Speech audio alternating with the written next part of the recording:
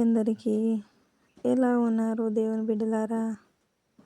నేను మీ ప్రీతిని, YouTube channel నడుపుతున్న ప్రీతిని. అందరూ ఇప్పుడు పిచ్చి పిచ్చి వీడియోస్ అయితే ఎంత తొందరగా అందరు తనకి ఫాలో చేసి తనకి సబ్స్క్రైబ్ చేసుకొని అన్నీ చేష్టలు. అది దేవుని కదా, ఎవరు చూడట్లేరు, ఎవరు సబ్స్క్రైబ్ చేసుకోవట్లేరు. ఎందుకు చూస్తారు పాపం? దేవుని కదా, ఎవరు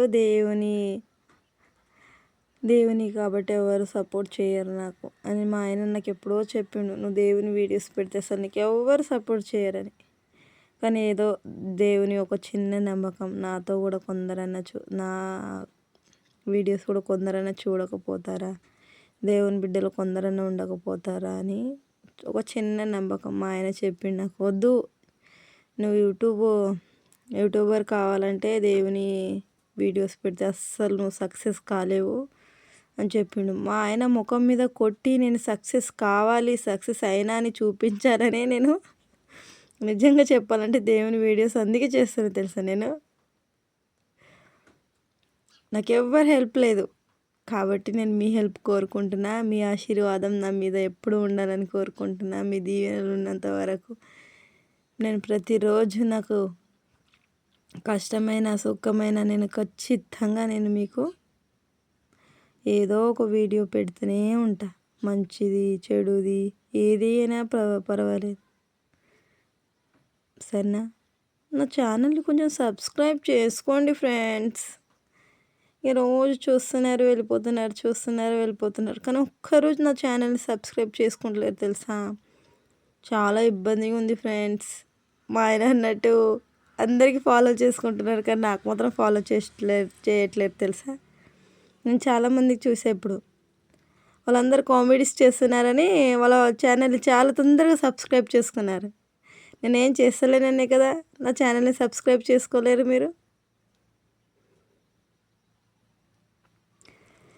సరే మరి అదంతా పక్కకు వదిలేద్దాం, ఒక చిన్న ప్రార్థన చేసుకుందాం. పరిశుద్ధుడా పరమవుళ్ళ నా తండ్రి యెహోవా యేసయ్యాను, నాకు ఆశ్రయం ఇచ్చావు తండ్రి, నన్ను జ్ఞాపకం తెచ్చుకున్నావు తండ్రి, నన్ను ముట్టావు తండ్రి, నన్ను ఆశీర్వదించావు తండ్రి, నన్ను జ్ఞాపకం తెచ్చుకున్నందుకు నీకు వందనాలు తండ్రి. నన్ను ముట్టు తండ్రి, నన్ను జీవించమని నడుస్తున్నాను తండ్రి యేసయ్యా.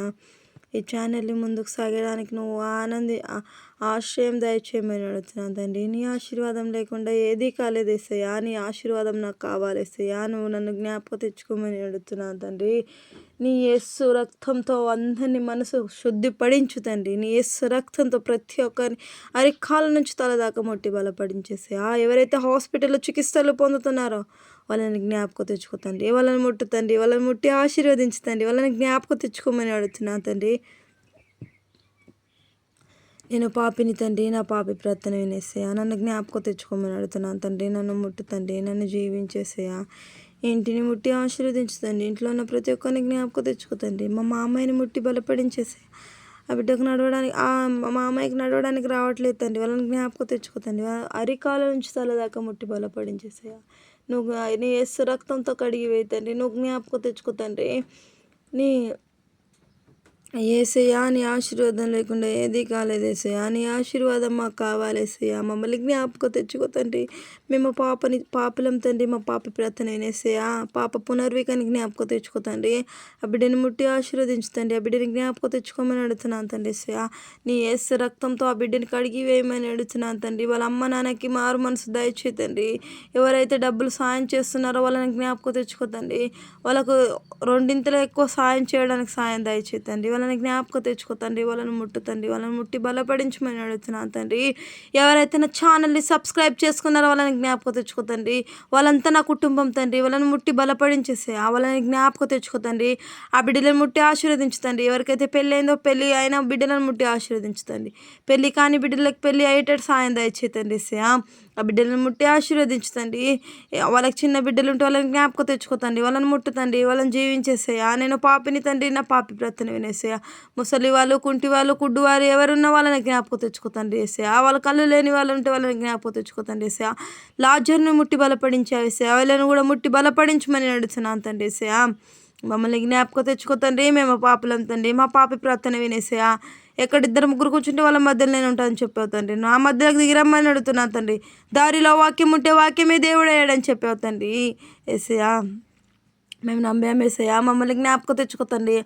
హాస్పిటల్ ఎవరైతే చికిత్సలు పొందుతున్నారో వాళ్ళని జ్ఞాపకం తెచ్చుకోతండి. ఆ బిడ్డలను ముట్టి ఆశీర్వదించుతండి. ఆ బిడ్డలను జ్ఞాపకం తెచ్చుకోమని అడుగుతున్నాను తండ్రి యేసయ్యా. డాక్టర్ కన్నా ఘన డాక్టర్వి నువ్వు తండ్రి. మేము నమ్మాము యేసయ్యా. మమ్మల్ని జ్ఞాపకం తెచ్చుకోతండి. హాస్పిటల్లో ఉన్న ప్రతి ఒక్కరిని అరికాల నుంచి తలదాకా ముట్టి బలపడించేసేయా. ఏ రోగులైనా సరే తండ్రి నీ యేసు నామంలో బిడగడ దయచేయమని అడుగుతున్నాను తండ్రి. నీ యేసు రక్తంతో కడిగి వేయమని అడుగుతున్నాను తండ్రి. నేను పాపిని తండ్రి. నా పాపి ప్రార్థన వినమని యేసు నామంలో అడిగి వేడుతున్నాను తండ్రి. Amen amen amen. యేసు రక్త के जय, सिल्व रक्त की जय. యేసు రక్త के जय, सिल्व रक्त की जय.